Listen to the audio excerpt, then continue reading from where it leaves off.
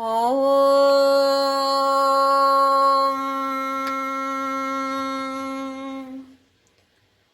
ఓం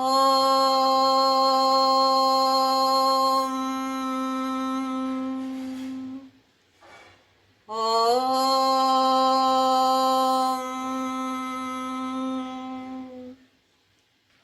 శుక్లాంబరధరం విష్ణుం శశివర్ణం చతుర్భుజం ప్రసన్నవదనం ధ్యాయేత్ సర్వవిఘ్నోపశాంతయే. గురుర్బ్రహ్మా గురుర్విష్ణు గురుర్దేవో మహేశ్వరః గురుః సాక్షాత్ పరబ్రహ్మ తస్మై శ్రీ గురవే నమః. సరస్వతీ నమస్తుభ్యం వరదే కామరూపిణి విద్యారంభం కరిష్యామి సిద్ధిర్భవతు మే సదా. హరి ఓం. అంతరికు శుభోదయం. దివ్యమైన భవ్యమైన నిత్య నూతనమైన సనాతనమైన అద్భుతమైన మన లోపల ఉన్నటువంటి ఈ దేవాలయానికి అందరికీ స్వాగతం. పప్పా స్వామి రామదాస్ మా గురుగారి పాదార విందాలకు ప్రణామాలు. మా అమ్మ నాన్నకి నా నమస్కారాలు. భగవత్పాదాది శంకరాచార్యులు రచించిన అద్భుతమైన కృతి శివానందలహరి. 90 శ్లోకం నంబర్ 90. వచసా చరితం వదామి శంభో అహముద్యోగ విధాసుతే అప్రసక్తః మనసా కృతిమీశ్వరస్య సేవే శిరసా చైవ సదాశివం నమామి. వచసా చరితం వదామి శంభో అహముద్యోగ విధాసుతే అప్రసక్తః మనసా కృతిం ఈశ్వరస్య సేవే శిరసా చైవ సదాశివం నమామి. ఆదిశంకరాచార్యులు చాలా నమ్రత మనోభావనతో చెప్తున్నారు. నాకు పెద్ద యోగా అవన్నీ తెలీదు.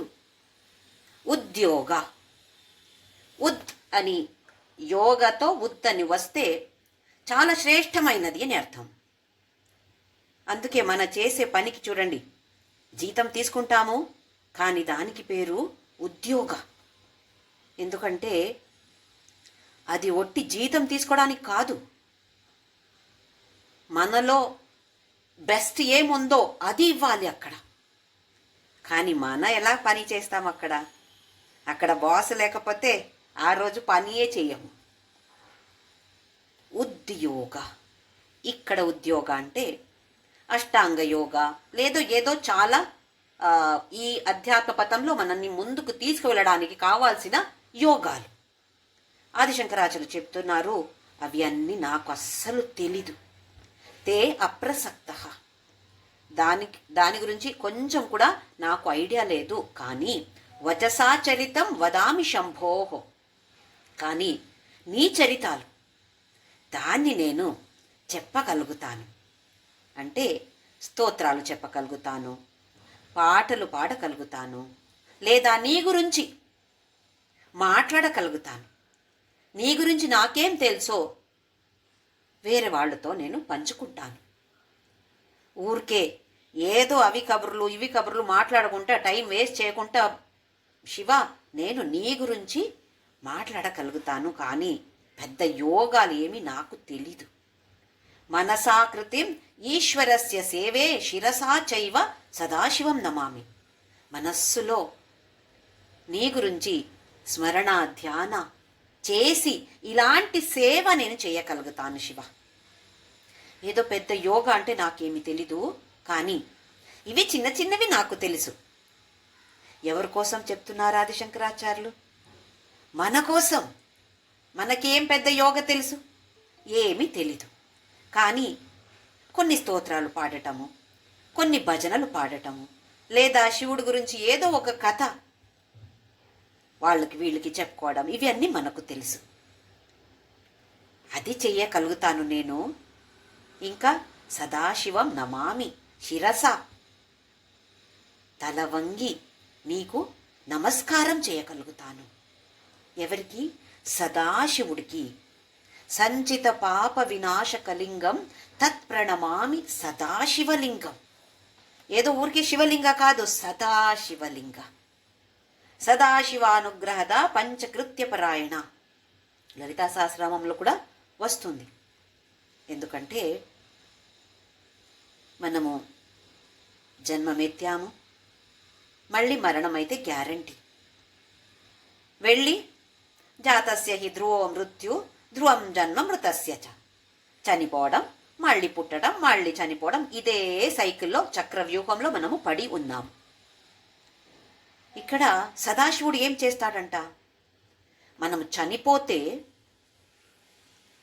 మన సంచిత పెద్ద బ్యాగ్ ఉంది కదా, పుణ్యకర్మఫల పాపకర్మఫల అన్ని అక్కడ స్టోర్ చేసి ఒక చిన్న బ్యాగ్ మాత్రమే మోసుకొని వచ్చాము. ప్రారబ్ధ అనేది ఒక చిన్న బ్యాగు, సంచిత అనేది పెద్ద బ్యాగు. ఈ ప్రారబ్ధ ఖాళీ అవ్వగానే మళ్ళీ వెళ్ళి ఆ సంచితం నుండి ఇంకొక చిన్న బ్యాగులో వేసుకొని మళ్ళీ వస్తాము, ఇంకొక జన్మం. అందులో ఉన్నటువంటి పాపాలు, పుణ్యకర్మాలు ఉండని, పాపకర్మాలు నాశమైతే ఇంకా మనకు శ్రేష్టమైన జన్మం దొరికి మనకు మోక్ష దొరుకుతుంది. అందుకే సదాశివ అనుగ్రహ ఇది లాస్ట్ పని. ఎవరికి? భగవంతుడికి, పరబ్రహ్ముడికి ఉన్నటువంటి లాస్ట్ పని ఇది. సృష్టి, స్థితి, లయ, తరువాత తిరోధాన. మనం ఏమేం కర్మఫలాలు చేశామో దాన్ని అంతా ప్యాక్ చేసి మనకి ఇవ్వాలి కదా, అది తిరోధానం. మళ్ళీ వచ్చినప్పుడు అదే బ్యాగ్ ఇవ్వాలి మనకు, వేరే వాళ్ళు బ్యాగ్ మోసుకొని రాము, మన బ్యాగే. అప్పుడు ఏం చేస్తాడు? సదాశివ అనుగ్రహ. సదాశివుడు అనుగ్రహం చేస్తే అందులో ఉన్నటువంటి పాపాలన్నీ నాశమైపోతున్నాయి. అవే కావాలి కదా మనకు. అందుకే సదాశివుడిని నేను శిరసా నమస్కారం చేస్తాను. ఎంత నమ్రత చూడండి. ఇక్కడ నాకు అది తెలుసు, ఇది తెలుసు ఏమీ చెప్పుకోవట్లేదు.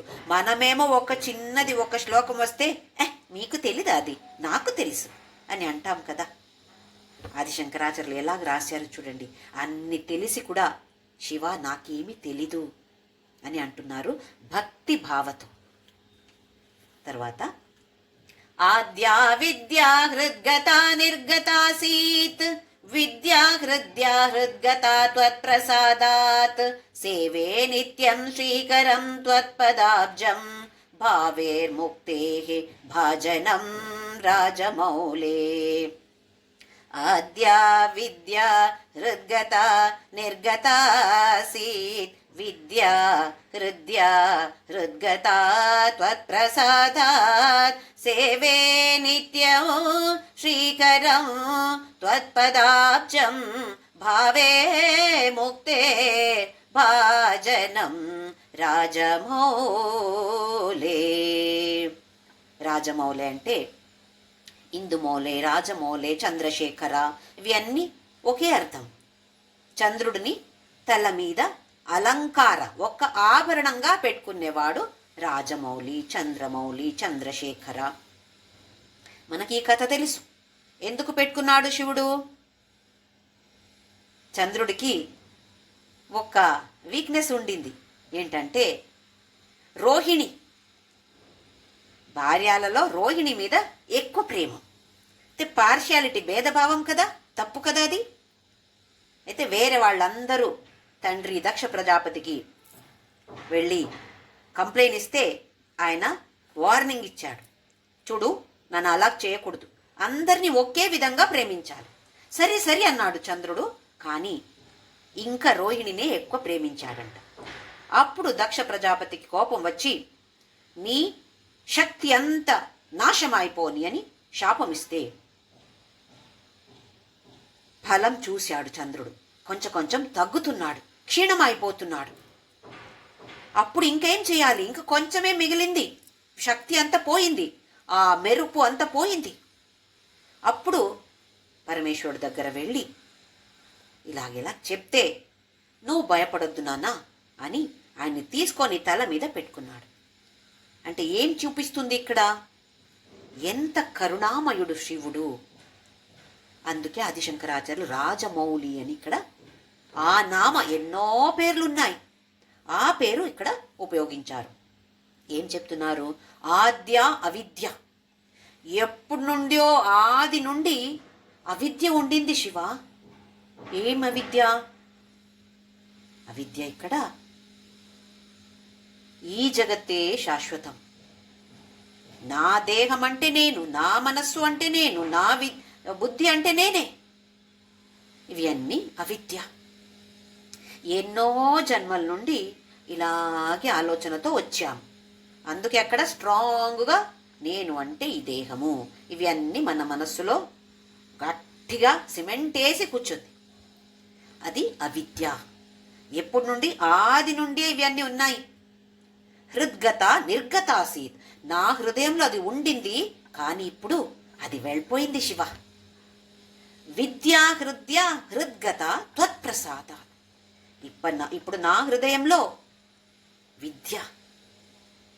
నేను అంటే ఈ దేహం కాదు, నేను జీవాత్మ పరమాత్మ అన్నీ ఒకటే, అహం బ్రహ్మాస్మి. అంతవరకు రాకపోతే కూడా కొంచెమైనా దేహం అంటే నేను కాదు, ఇంతవరకు నేను అనేది ఉండింది, కానీ ఇప్పుడు అది నేను కాదు అని ఇంత కొంచెమైనా నాకు విద్య వచ్చింది శివ. ఎలా వచ్చింది? త్వత్ప్రసాదాత్, నీ అనుగ్రహం వల్ల, నీ ప్రసాదం వల్ల నేను కొన్ని స్తోత్రాలు పాడగలిగాను, కొన్ని భజనలు పాడగలిగాను, కొంచెం పూజ చేయగలిగాను, అర్చన చేయగలిగాను, ధ్యానం చేయగలిగాను. ఎట్లా? నీ ప్రసాదంతో. భగవద్గీతలో 18వ అధ్యాయంలో లాస్ట్లో అర్జునుడు చెప్తాడు, నష్టో మోహ స్మృతిం లబ్ధ్వా త్వత్ ప్రసాదాత్ మయాచ్యుత. నీ ప్రసాదం వల్ల మోహమంత నాశమైంది కృష్ణ. లేకపోతే ఎలాగుండింది? మొదటి అధ్యాయంలో అర్జున విషాద యోగ, ఏడుస్తూ ఉన్నాడు. ఇప్పుడు 18వ అధ్యాయం వచ్చేసరికి ఆహా, నీ బోధన అర్థమైంది శివ.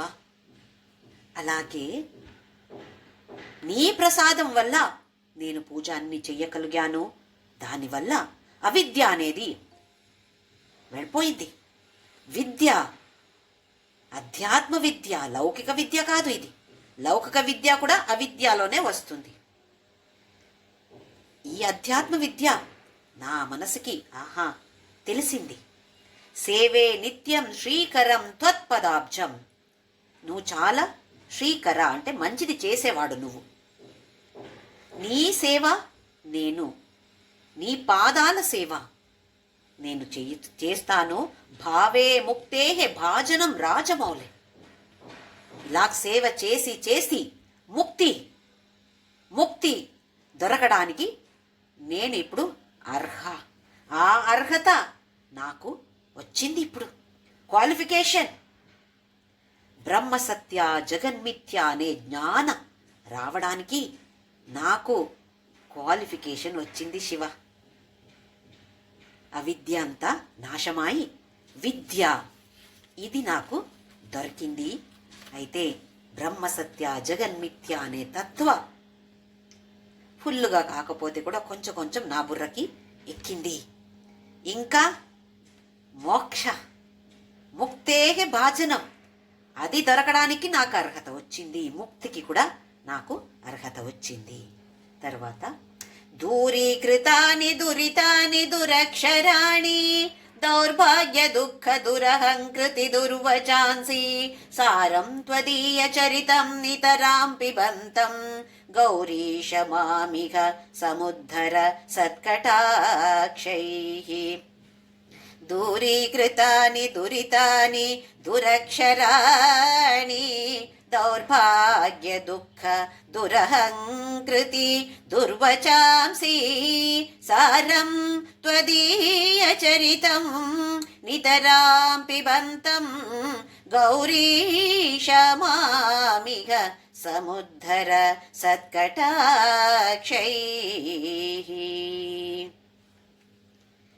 దూరీకృతాన్ని అన్ని దూరంగా పోయినాయి. ఏమేం పోయినా ఇప్పుడు? దురితాని, అన్ని దురితాలు.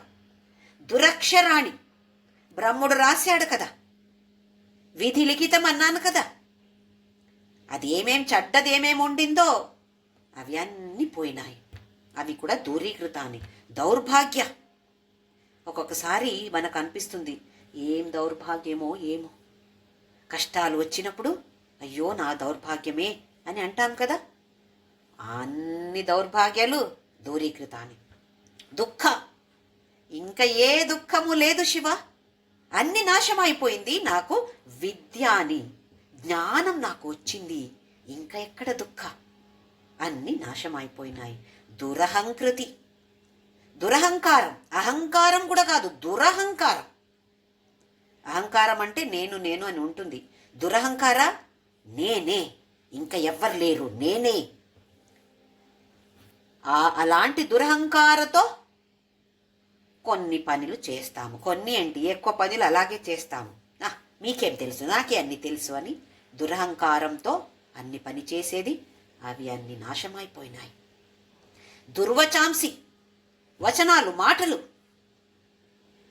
చెడ్డ చెడ్డ మాటలు. ఎవరు అనుకుంటాం మనము, చాలా సాత్విక స్వభావం అండి నాది అని అనుకుంటాము. ఎవరైనా ఏమన్నా కొంచెం నెగటివ్గా నా గురించి చెప్పారో అమ్మో ఎంత కోపం వస్తుంది. ఆమెకి ఎవడికి బాగా తెలుసా, ఓహో అని తిట్టడం మొదలు పెడతాము. ముందు తిట్టకపోతే కూడా వెనక 100% తిట్టుతాము. అలాంటి వచనాలు, అలాంటి మాటలు కూడా అన్నీ నాశమైపోయినాయి. నేను అంటే ఎవరు అని నాకు కొంచెం కొంచెం అలాంటి జ్ఞానం వస్తే ఇంకా ఎవరిని తిట్టుతాను శివ నేను. దుర్వచాంసి అన్నీ దూరీకృతాన్ని. సారం త్వదీయ చరితం నితరాం పిబంతం. నీ చరితలో ఉన్నటువంటి సార ఏంటి అది, దాన్ని శాశ్వతంగా తాగుతాను. పిబంతం అంటే తీసుకుంటాను, తెలుసుకుంటాను. సార మళ్ళీ గుర్తుపెట్టుకోవాలి ఇక్కడ. చరిత ఎన్నో శివ చరితలు ఉండొచ్చు, కథలు, రామాయణ మహాభారత అన్ని కథలు చదువుతాం, కథ అలాగే చదువుతాం. కానీ దాని వెనక ఉన్నటువంటి సార తత్వం ఏంటి అది నేర్చుకోవాలి. కథ ఇంపార్టెంట్ కాదక్కడ, దాని వెనక ఉన్నటువంటి తత్వ, ఆ సారాన్ని నేను తీసుకుంటాను శివ. నితరాం పిబంతం గౌరీశ మామిహ సముద్ధర సత్కటాక్షి. నీ మంచి కటాక్షంతో నన్ను ఉద్ధరించు. ఎక్కడ? ఇక్కడ, ఇహ. ఏదో చనిపోయిన తర్వాత నాకు మోక్షం ఇస్తాను అని చెప్పొద్దు శివ. ఇప్పుడే, ఇక్కడ, ఈ క్షణంలో నన్ను నీ మంచి కటాక్షంతో ఉద్ధర సముద్ధర. సా మళ్ళీ వస్తే ఇంకా శ్రేష్టంగా ఉద్ధారం చేయి. తరువాత సోమకలాధర మౌలౌ కోమల ఘన కంధరే మహామహసి స్వామిని గిరిజానాతే మామక హృదయం నిరంతరం రమతా. సోమకలాధర మౌలౌ కోమల ఘన కంధరే మహామహసి స్వామిని గిరిజానాథే మామక హృదయం నిరంతరం రమతా. ఆ గిరిజానాథుడు నా హృదయంలో శాశ్వతంగా రమించాలి అంటే సంతోషంగా ఉండని. అబ్బా ఇక్కడ ఉండాలా, అబ్బా ఇక్కడ ఉండాలా అని కాదు, సంతోషంగా రమించడం, ఎంజాయ్ చేస్తూ చేస్తూ నా హృదయంలో శాశ్వతంగా ఉండని. ఎలాంటి శివుడు? సోమకలాధర మౌలౌ. ఇప్పుడే చూశాము రాజమౌళి అని, అదే అర్థం. సోమ అంటే చంద్రుడు. కళ అంటే ఒక్క భాగం మాత్రమే, అంటే పూర్ణిమ రాత్రి చూసే ఫుల్ చంద్రుడు కాదు, ఒక పోర్షన్ భాగమే మాత్రమే కదా శివుడు వేసుకున్నాడు. అలాంటి చంద్రుడు సోమకలాధర మౌలవ్, తల మీద అలాంటి చంద్రుడిని పెట్టుకున్నాడు అంటే కరుణా సముద్రుడు. మనం కూడా ఎన్నో తప్పులు చేసి ఉంటాము, చేస్తూ ఉన్నాము. చంద్రుడు చేయలేదా? చంద్రుడిని పెట్టుకోలేదా? అయితే మనకు కూడా దానికి అర్హత ఉంది. మనం కూడా అక్కడ వెళ్ళి కూర్చోవచ్చు కదా. అంటే అలాంటి కరుణాసాగరుడు పరమశివుడు. కోమల ఘనకంధరే, మళ్ళీ కంఠ ప్రదేశంలో విషాన్ని అక్కడ పెట్టుకున్నాడు. సముద్ర మథన కథ మనకందరికీ తెలుసు. మొదటిలో మథన చేసినప్పుడు మొదటిలో ఏమొచ్చింది? విషం వచ్చింది. అందరూ అటు ఇటు పరిగెత్తడం మొదలుపెట్టారు.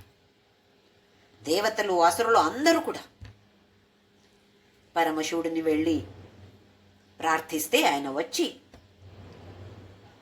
తాగి కంఠ ప్రదేశంలో పెట్టుకున్నాడు. ఎందుకంటే మళ్ళీ లోపల తీసుకువెళ్తే పొట్ట లోపల మనమందరూ ఉన్నాము. మొత్తం ప్రపంచం, విశ్వం మొత్తం అక్కడ ఉంది. బయట దేవతలు, అసురులు అందరూ ఉన్నారు. అయితే కంఠ ప్రదేశంలో దాన్ని నిలబెట్టి నీలకంఠ, విషకంఠ అని పేరు వచ్చింది. అలాంటి కోమల ఘన కంధరే, ఇక్కడ కంధర అంటే కంఠ ప్రదేశం కోమలంగా ఉంది. కానీ ఆ విషం అక్కడ పెట్టాడు కాబట్టి ఘన అంటే అక్కడ డార్క్ కలర్, ఒక బ్లూ కలర్ అని అంటాము. ఆ కలర్లో అది విషం కాబట్టి ఆ కలర్ చెప్తున్నారు. అక్కడ పెట్టుకున్నాడు. సోమకలాధర అంటే కూడా కరుణాసముద్రుడు, కోమల ఘనకందరి అంటే కూడా కరుణాసముద్రుడు. ఆ తత్వ తీసుకోవాలి. మహామహసి, మహసి అంటే తేజస్సు, జ్యోతి, మహా తేజస్సు, మహాజ్యోతి. ఇది అరుణాచలంలో, తిరువణ్ణామలలో ఉన్నటువంటి అరుణాచల పర్వత. ఏంటది? తేజోలింగ. అది ఒక జ్యోతిగా వచ్చింది. ఈ కథ చాలాసారి చూశాము. ఆ కాలంలో జ్యోతిగానే ఉండిందంట, అరుణ జ్యోతి అంటారు. కానీ ఈ కలియుగంలో పర్వత రూపంలో అది ఉంది. కానీ ఆ తేజస్ అలాగే ఉంది అంటారు. మహామహసి. అలాంటి తేజస్సు ఉన్నేవాడు శివుడు. స్వామిని గిరిజానాథుడు. మామక హృదయం నిరంతరం రమతాం. అలాంటి శివుడు నా హృదయంలో శాశ్వతంగా రమించాలి. తరువాత సారసనాతే నయనే తావేవ కరౌ సయేవ కృతకృత్యః యాయేయౌ యో భర్గం వదతి క్షేతే సదార్చత స్మరతి. సారసనా తే నయనే తావేవ కరౌ సయేవ కృతకృత్యః యాయేయౌ యో భర్గం వదతి క్షేతే సదార్చత స్మరతి. ఏ నాలిక శివనామం పాడుతుందో అది మాత్రమే నాలిక. ఏ కళ్ళు శివుడిని చూస్తున్నాయో అవి మాత్రమే కళ్ళు. ఏ మనస్సు శివుడి స్మరణ చేస్తూ ఉంటుందో అది మాత్రమే మనస్సు. అంటే ఈ మానవ జన్మంలో మాత్రమే ఇది సాధ్యం. అయితే ఎంత విలువున్నది ఈ మనుష్య జన్మ, మనుష్య దేహానిది. కానీ దాన్ని సరిగా ఉపయోగించకపోతే ఇది లభించి కూడా మనకు వ్యర్థం. అందుకే ఆదిశంకరాచార్యులు ఒక వార్నింగ్ ఇస్తున్నారు. ఊరికే ఏమేమో మాట్లాడి టైం వేస్ట్ చేస్తున్నావా? ఈ మనుష్య దేహ లభించి కూడా వ్యర్థమే. ఇంకా ఒక్క జన్మం, మనుష్య జన్మం దొరకతుంది, ఏ గ్యారెంటీ లేదు. ఇప్పుడు లభించింది కదా, దాన్ని సరిగా ఉపయోగించుకో. అలాగే చెయ్యి. చేతులతో ఏ పని చేస్తున్నావు? ఏ పని చేస్తే కూడా ఇది నేను శివుడికి చేసే అర్చన, శివుడికి చేసే పూజ, కర్మయోగమే కదా. చేసే అన్ని పనులను మనము ఈశ్వరార్పణ బుద్ధితో చేస్తే ఈ మానవ జన్మ దొరికి ఆహా ఓకే అని చెప్పొచ్చు. లేదు అంటే వ్యర్థమే, ఏ లాభము లేదు. సారసన అదే నాలిక, నయనే తే నయనే అదే కళ్ళు, తావేవ కరౌస ఏవ కృతకృత్య, యాయే యౌయో భర్గం. భర్గ అంటే మళ్ళీ మహా తేజస్సుకి భర్గ అని పేరు, అందుకే శివుడికి భర్గ అని పేరుంది. యా ఏ యౌ యో, యా అంటే ఏ నాలిక వదతి నీ పేరు చెప్తుందో అది మాత్రమే నాలిక. తే నయనే ఏ కళ్ళు నిన్ను మాత్రమే చూస్తుందో అది మాత్రమే కళ్ళు, లేకపోతే అది కళ్ళే కాదు. అంటే అంతర్దృష్టిలో భగవంతుడు కనపడాలి, బయట ఎక్కడ చూస్తే శివుడే. ఆత్మాత్వం గిరిజామతి సహచర ప్రాణా శరీరం గృహం పూజాతే విషయోపభోగ రచన నిద్రా సమాధిస్థితి సంచార పదయో ప్రదక్షిణ విధి స్తోత్రాణి సర్వాగిరో యద్యత్ కర్మ కరోమి తత్ తత్ అఖిలం శంభో తవారాధనం.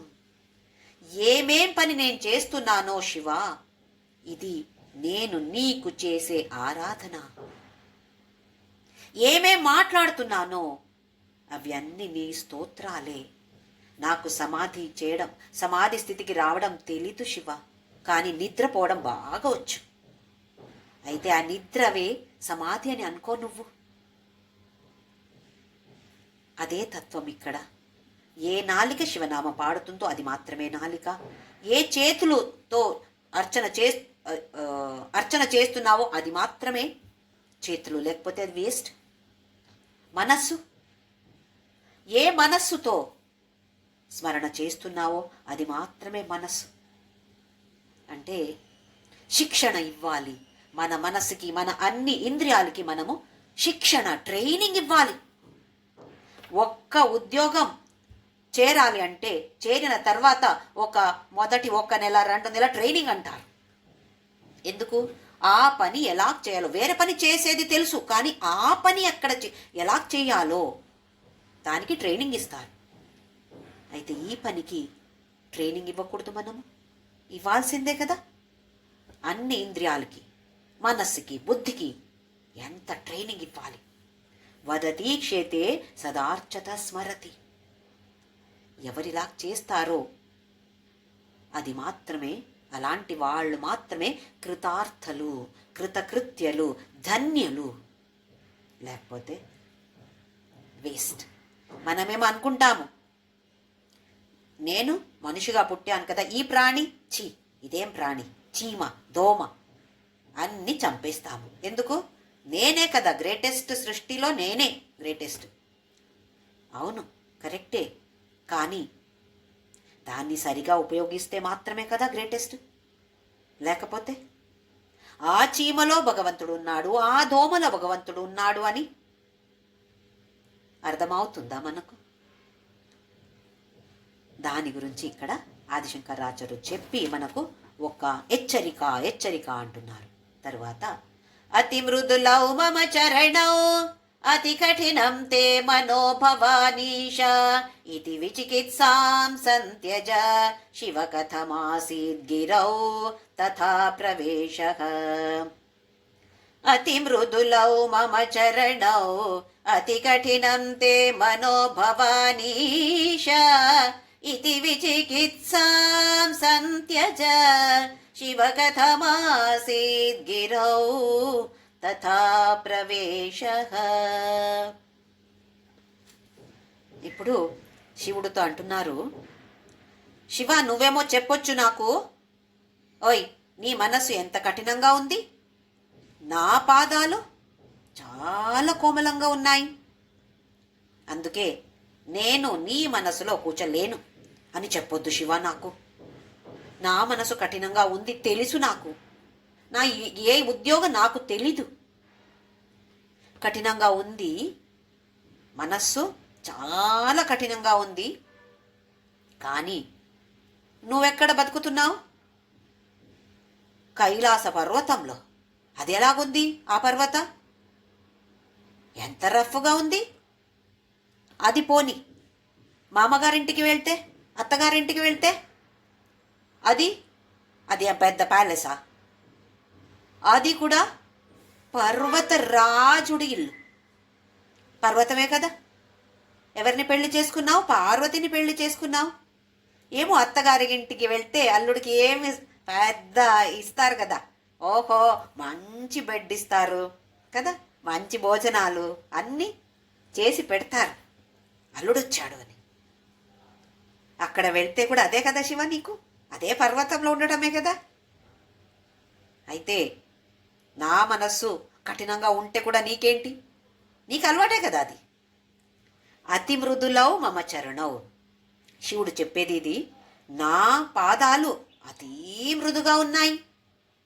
అతి కఠినం తే మను. నీ మనస్సు చాలా కఠినంగా ఉంది అని. భవానీషా ఇతి విచికిత్సాం సంత్యజ. ఇలాంటి ఆలోచనలు ఉన్నావా నువ్వు? అందుకే రావట్లేదా? ఆహా, దాన్ని వదిలేసాయి. సంత్యజ, త్యాగం చేయి. దేన్ని త్యాగం చేయాలి? అలాంటి భావనలు, అలాంటి ఆలోచనలు నీకుంటే దాన్ని తీసే. ఎందుకు? శివ కథమాసీద్గిరౌ తథా ప్రవేశక. నువ్వు ప్రవేశం చేయడం ఎక్కడ?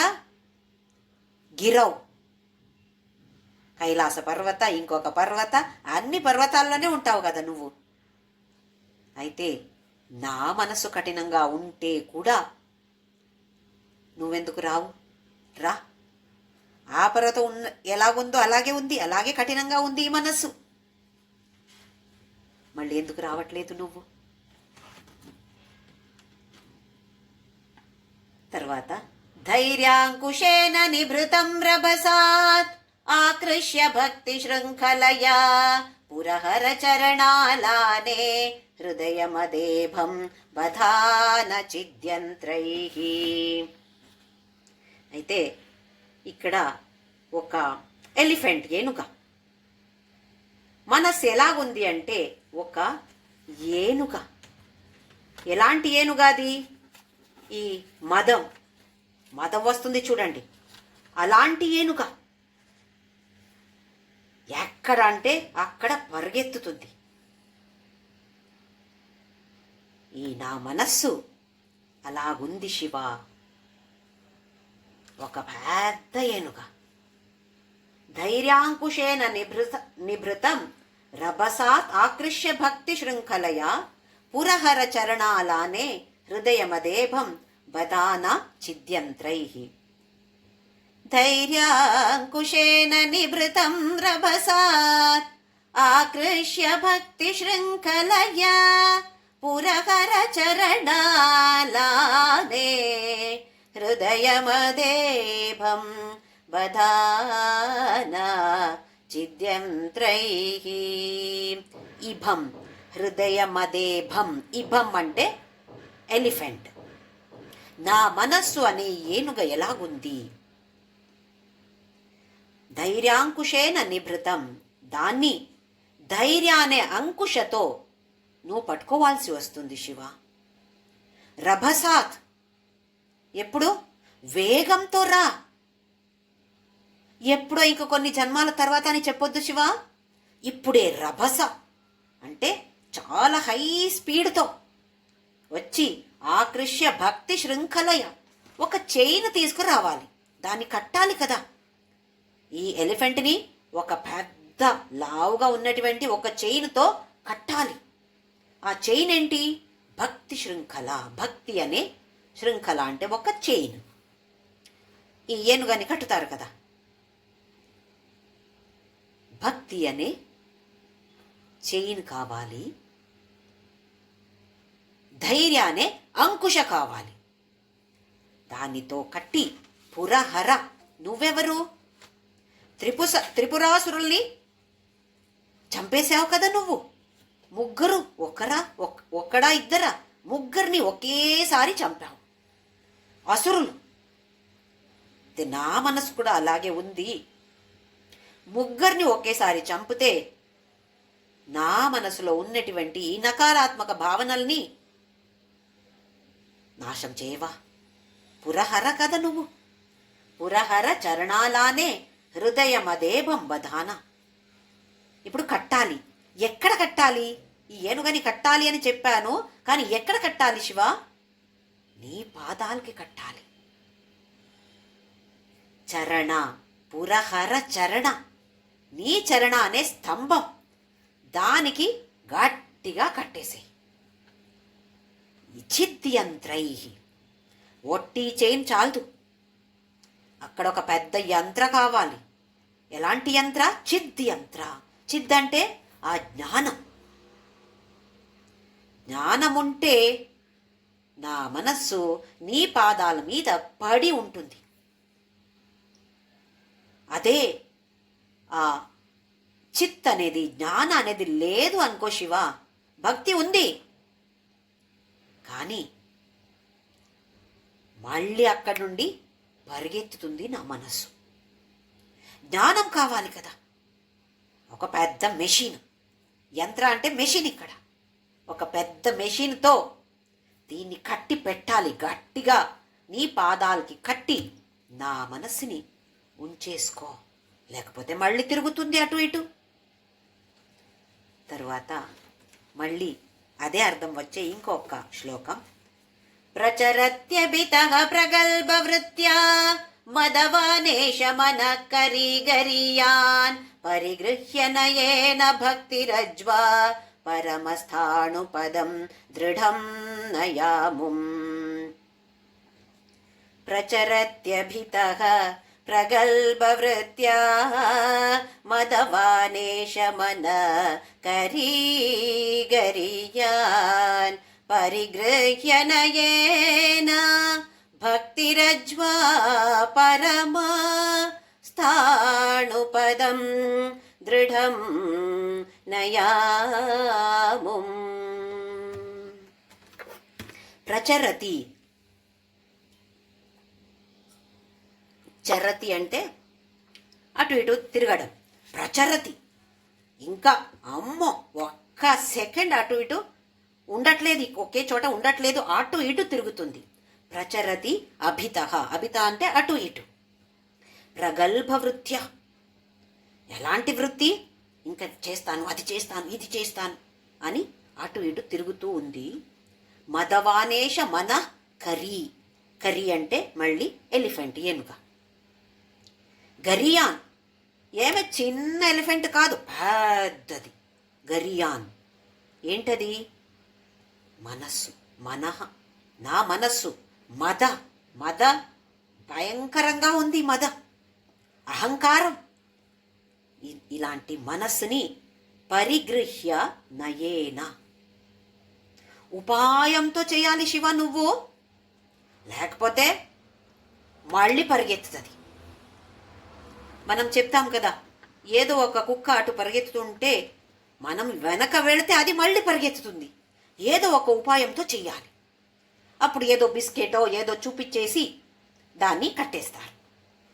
అలాగే ఉపాయంతో నయేన భక్తి రజ్వ, మళ్ళీ రజ్జు అంటే తాడు.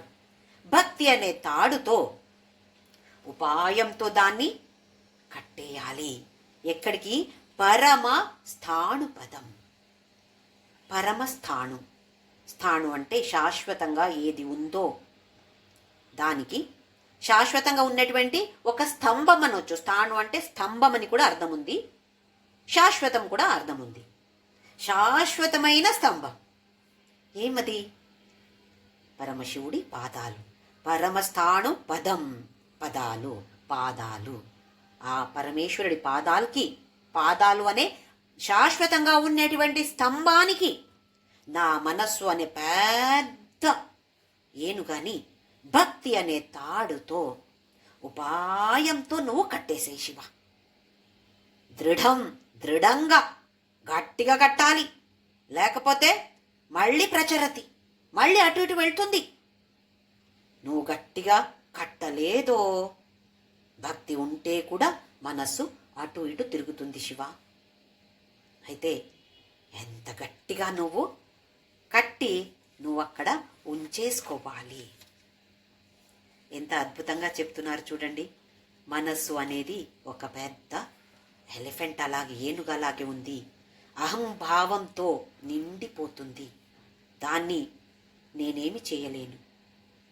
నీ అనుగ్రహంతో నువ్వు కట్టాలి. అది ఎలా కడతావో నీకు వదిలేస్తాను. రెస్పాన్సిబిలిటీ అంతా నీదే శివ, నాదేమీ లేదు. నేనేం చేయగలుగుతాను చెప్పు? నువ్వే చెయ్యాలి కదా. అయితే ప్రార్థన అయితే మనం చెయ్యాలి కదా.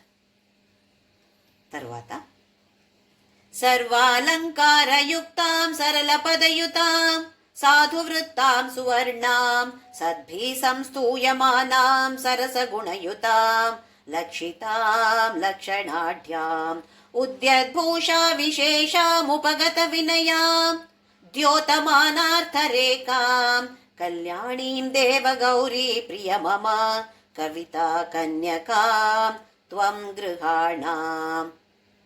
సర్వాలంకారయుక్తాం సరళపదయుతాం సాధువృత్తాం సువర్ణాం సద్భి సంస్తూయమానాం సరసగుణయుతాం లక్షితాం లక్షణాఢ్యాం ఉద్యద్భూషా విశేషాం ఉపగత వినయాం ద్యోతమానార్థరేకాం కళ్యాణీం దేవగౌరీ ప్రియ మమ కవితా కన్యకాం త్వం గృహాణాం.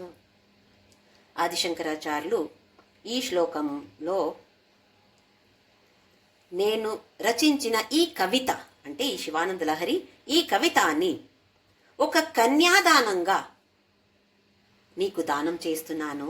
త్వం గృహాణ, నువ్వు స్వీకరించు.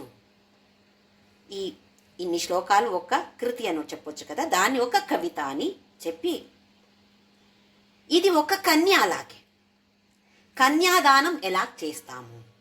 సర్వాలంకారయుక్త. కన్యాదానం చేసినప్పుడు అన్ని ఆభరణాలు ఏసి వధు, సాలంకృత వధు, సర్వాభరణ భూషిత వధు, అలా కదా కన్యాదానం చేయడం. అయితే ఇక్కడ ప్రతి ఒక్క పదానికి ఇక్కడ 2 అర్థాలు వస్తాయి. ఒకటి ఆ కవిత, ఇంకొకటి కవిత అనే వధు. ఎలాగుంటుంది? సర్వాలంకారయుక్త, ఈ వధు అయితే అలంకారయుక్త. ఇప్పుడు ఈ కవితలో సంస్కృతంలో అలంకారాలు అని ఉన్నాయి. మనము గ్రామర్ అంటాం కదా, అందులో వస్తుంది. అయితే అన్ని అలంకారాల్ని ఉపయోగించాను అని ఆదిశంకరాచార్యులు చెప్తున్నారు. సరళ పదయుతాం, వధుకైతే ఒక కన్యకి అయితే నడుక ఎలాగుంటుంది?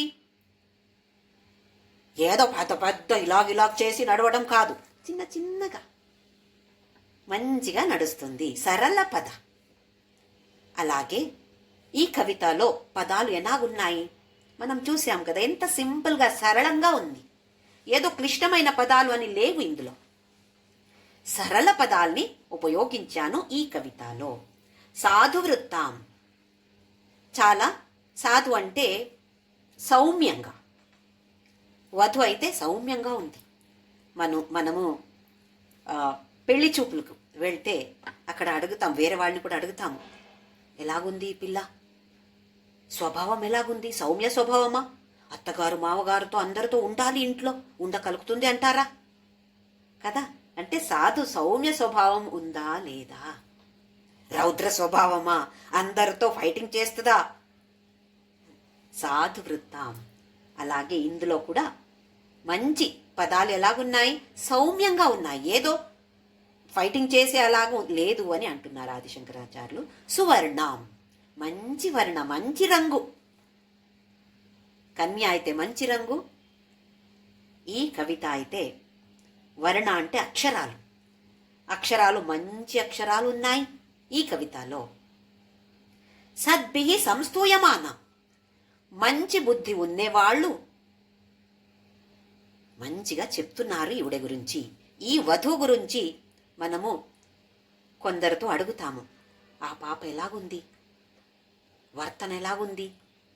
ఎవరిని అడుగుతాము? ఎవరు మంచివాళ్ళు అని మనకు అనిపిస్తుందో వాళ్లతో వెళ్ళి అడుగుతాము.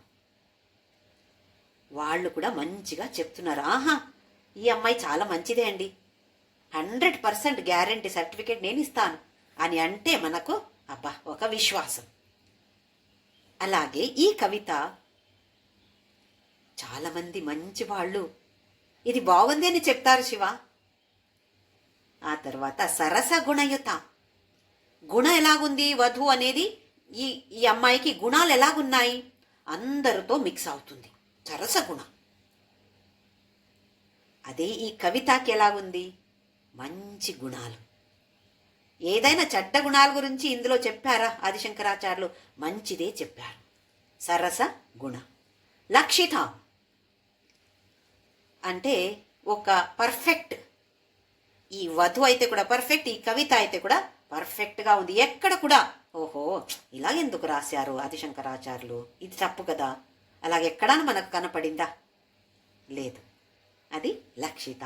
అలాగే వధువు అయితే చూడటానికి ఎంత అందంగా ఉంది, అలాగే మంచి గుణాలంట, అందరితో మిక్స్ అవుతుందంట, అంత పర్ఫెక్ట్గా ఉంది అని చెప్తాం కదా. అదే తర్వాత లక్షణాఢ్యం, అన్ని లక్షణాలు. కవిత అయితే మంచి లక్షణాలే ఉన్నాయి, వధువు అయితే మనం అంటాం కదా లక్షణ బాగుంది అంటారా, ఎంత లక్షణంగా ఉందండి, మాటలా ఆహా ఎంత మంచిగా మాట్లాడుతుంది, ఒక భజన పాడింది ఎంత అద్భుతంగా పాడింది అని మంచి లక్షణాలు అంటాం కదా. అలాగే ఉద్యద్భూషా విశేషాం ఉపగత వినయాం ద్యోతమానార్థరేఖాం. ఉత్ అంటే మళ్ళీ శ్రేష్టమైనది, అంత మంచిగా శ్రేష్టంగా ఉంది, వినయంగా ఉంది, వినయమైన స్వభావం. ఇంకా ద్యోతమానార్థరేఖాం, చేతిలో మనం రేఖలు ఉంటాయి కదా, అదృష్ట రేఖలు అంటాం. చూడండి ఆ అమ్మాయి మా ఇంటికి వచ్చిందా, అంత మంచిగానే జరుగుతుంది, ఎంత మంచి అదృష్టమైన రేఖల్ని తీసుకువచ్చింది ఈ అమ్మాయి అంటాం. ఇక్కడ ద్యోత మానార్థ రేఖ, ద్యోత అంటే మంచి మెరుపు, అలాంటి రేఖలు ఉన్నాయి. ఈ కవిత కూడా మంచి రేఖలతో అంటే లైన్స్ అన్నీ కరెక్ట్గా ఉన్నాయి, మంచి మెరుపు ఉన్నటువంటి లైన్స్ రేఖలు ఉన్నాయి. కళ్యాణి శుభమైనది, మంగళమైనది. కళ్యాణి అంటే మంగళమైనది. ఈ వధువు అయితే మంగళమైనది, ఈ కవిత అయితే మంగళమైనది. దేవ గౌరీ ప్రియ, నువ్వు గౌరీ ప్రియుడు, మమ కవితా కన్యకాం, నా కవిత అనే ఈ వధువు లేదా కన్యాన్ని నేను నీకు ఇస్తున్నాను, ఇస్తే చాలా, నువ్వు స్వీకరించాలి కదా. మనం ఎవరికో గిఫ్ట్ ఇస్తే వాళ్ళు తీసుకోకపోతే ఏం చేయగలుగుతాం, తీసుకోవాలి కదా. అయితే దానికి ప్రార్థన చేస్తున్నారు, ఇస్తున్నాను నువ్వు స్వీకరించు. తర్వాత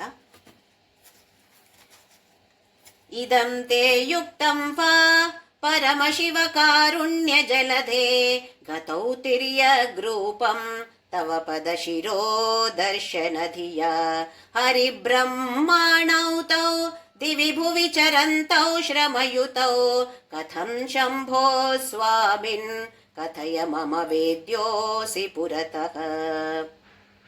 ఇదం తే యుక్తం వా పరమశివ కారుణ్య జలధే గతౌ తిర్యగ్రూపం తవ పద శిరో దర్శన ధియా హరిబ్రహ్మాణౌ తౌ దివి భువి చరంతౌ శ్రమయుతౌ కథం శంభో స్వామిన్ కథయ మమ వేద్యోసి పురతః.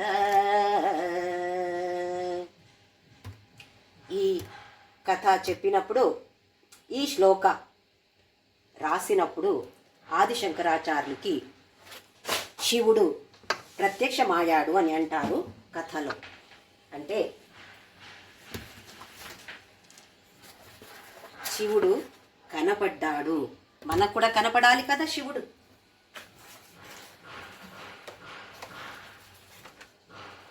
ఇక్కడ ఏం చెప్తున్నారు అంటే ఆదిశంకరాచార్యులు,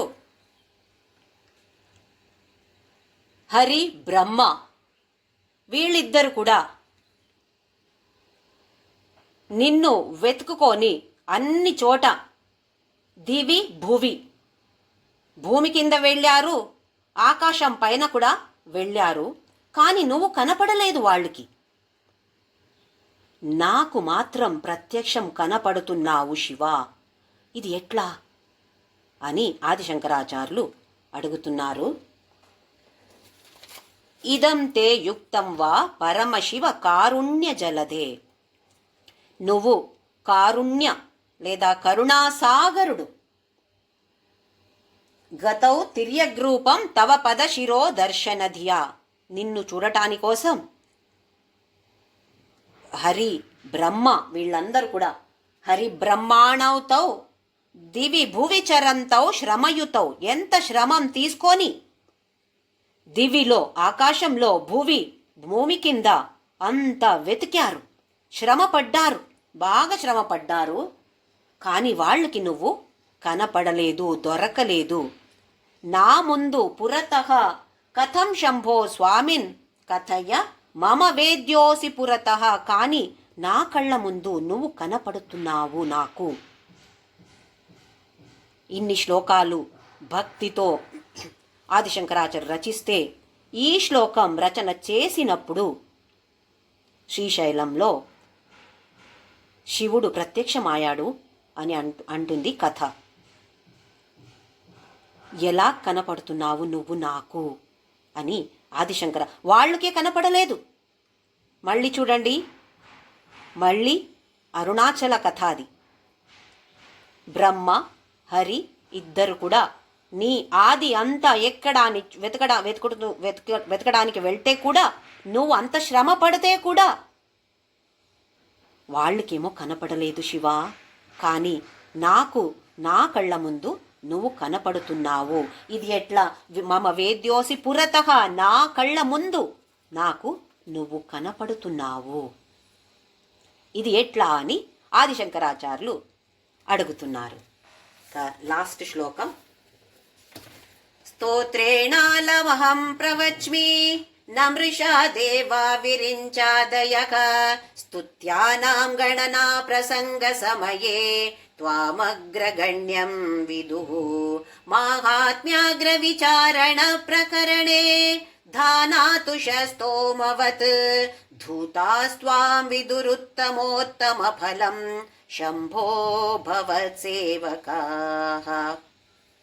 స్తోత్రేణాలమహం ప్రవచ్మి నమృషా దేవా విరించాదయః స్తుత్యానాం గణనా ప్రసంగ సమయే త్వామగ్రగణ్యం విదుః మాహాత్మ్యాగ్ర విచారణ ప్రకరణే దానాతుషస్తోమవత్ ధూతాస్త్వాం విదుః ఉత్తమోత్తమ ఫలం శంభో భవత్సేవకాః.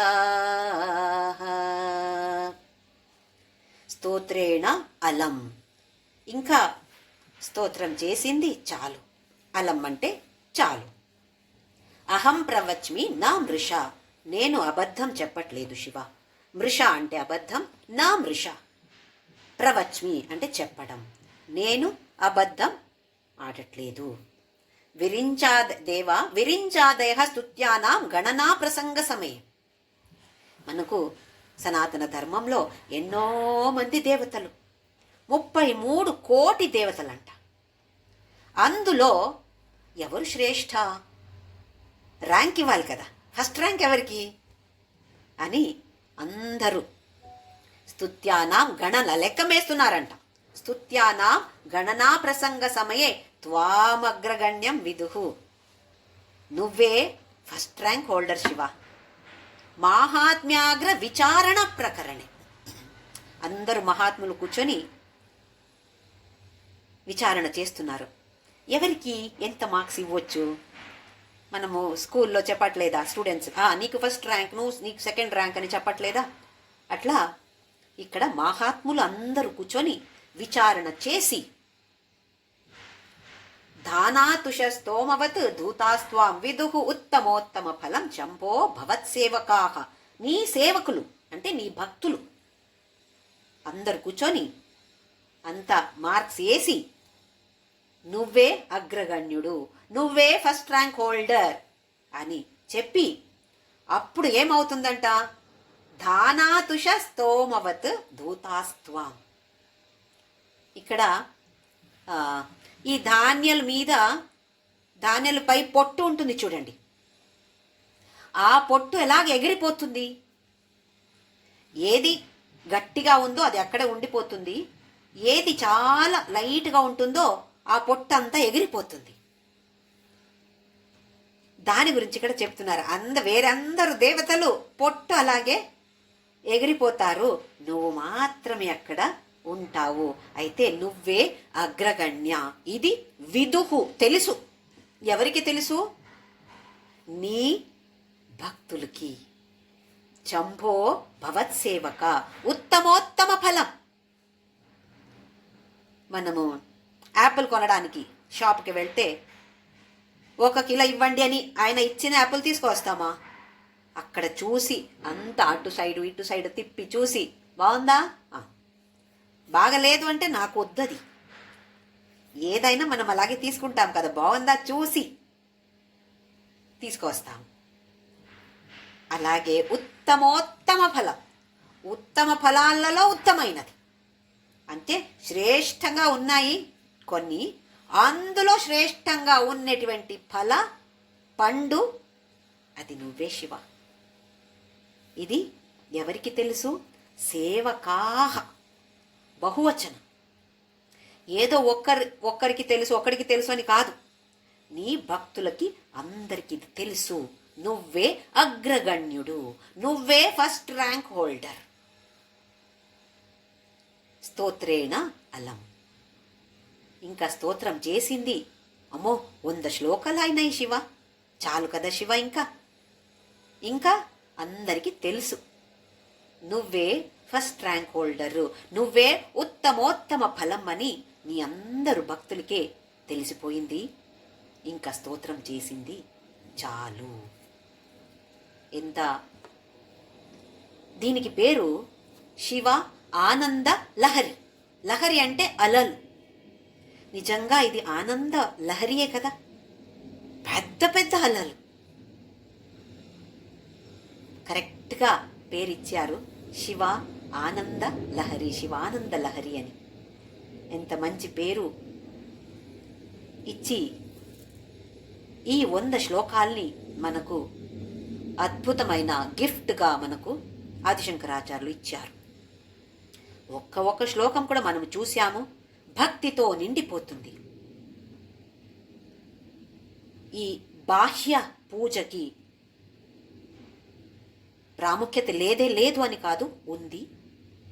కానీ ఎక్కువ ప్రాముఖ్యత మనస్సుకి ఇస్తున్నారు ఆదిశంకరాచార్యులు.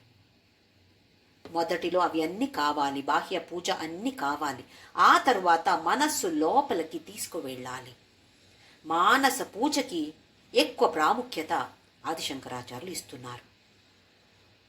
అయితే కొందరు అంటారు జ్ఞానయోగ అంటే భక్తి అవసరమే లేదు.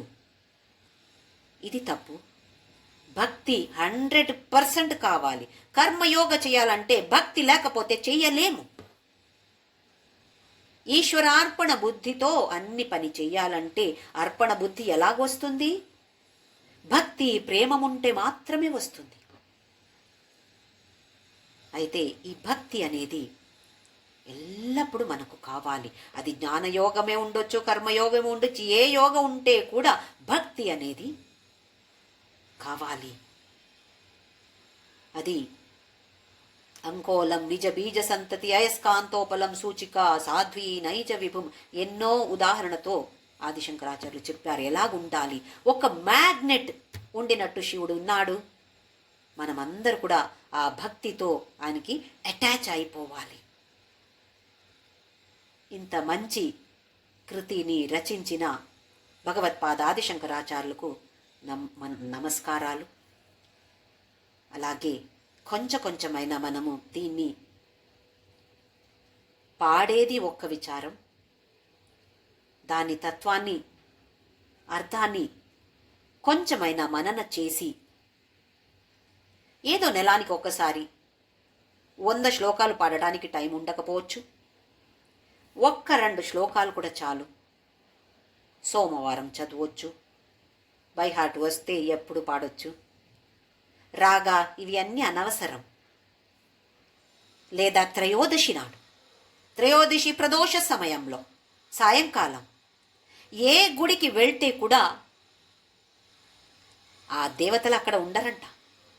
అందరూ శివుడి గుడి ఎక్కడ ఉందో అక్కడ వచ్చి కూర్చుంటారంట. అంటే ఎందుకంటే శివభక్తులు శివానందలహరి పాడుతూ ఉంటే దాన్ని రసించడానికి అక్కడ అందరు దేవతలు వస్తారంట. ఇది ఎక్కడో శివుడు గుడి వెళ్ళే అవసరం లేదు. మనం ఇంట్లో కూర్చొని 1-2 శ్లోకాలు శివానందలహరి శ్లోకాలు చదివితే తప్పకుండా ఆ దేవతలందరూ మన చుట్టుముట్టు అక్కడ వచ్చి అక్కడ కూర్చుంటారు. అయితే మనం ఎందుకు ప్రయత్నం చేయకూడదు? ఎప్పుడో ఒక్కొక్కసారి అయినా సోమవారం త్రయోదశి నాడు సాయంత్రం లేదా అమావాస్య సాయంత్రం ఇది చాలా విశేషమైనది.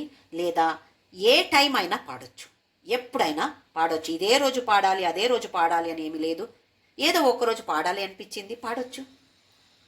ఒక మంచి భక్తి భావనతో పాడితే అదే మనకు ధన్యత.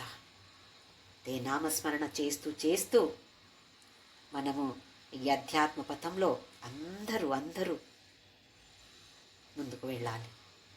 ఓం శ్రీరామ్ జయ రామ్ జయ జయ రామ్. ఓం శ్రీరామ్ జయ రామ్ జయ జయ రామ్. ఓం శ్రీరామ్ జయ రామ్ జయ జయ రామ్. ఓం శ్రీరామ్ జయ రామ్ జయ జయ రామ్. ఓం శ్రీరామ్ జయ రామ్ జయ జయ రామ్. ఓం శ్రీరామ్ జయ రామ్ జయ జయ రామ్. ఓం శ్రీరామ్ జయ రామ్ జయ జయ రామ్. ఓం శ్రీరామ్ జయ రామ్ జయ జయ రామ్. ఓం శ్రీరామ్ జయ రామ్ జయ జయ రామ్. ఓం శ్రీరామ్ జయ రామ్ జయ జయ రామ్. ఓం శ్రీరామ్ జయ రామ్ జయ జయ రామ్. ఓం శ్రీరామ్ జయ రామ్ జయ జయ రామ్. ఓం అసతో మా సద్గమయ తమసో మా జ్యోతిర్గమయ మృత్యోర్మా అమృతం గమయ. ఓం శాంతి శాంతి శాంతి. లోకా సమస్తా సుఖినో భవంతు. లోకా సమస్తా సుఖినో భవంతు. లోకా సమస్తా సుఖినో భవంతు.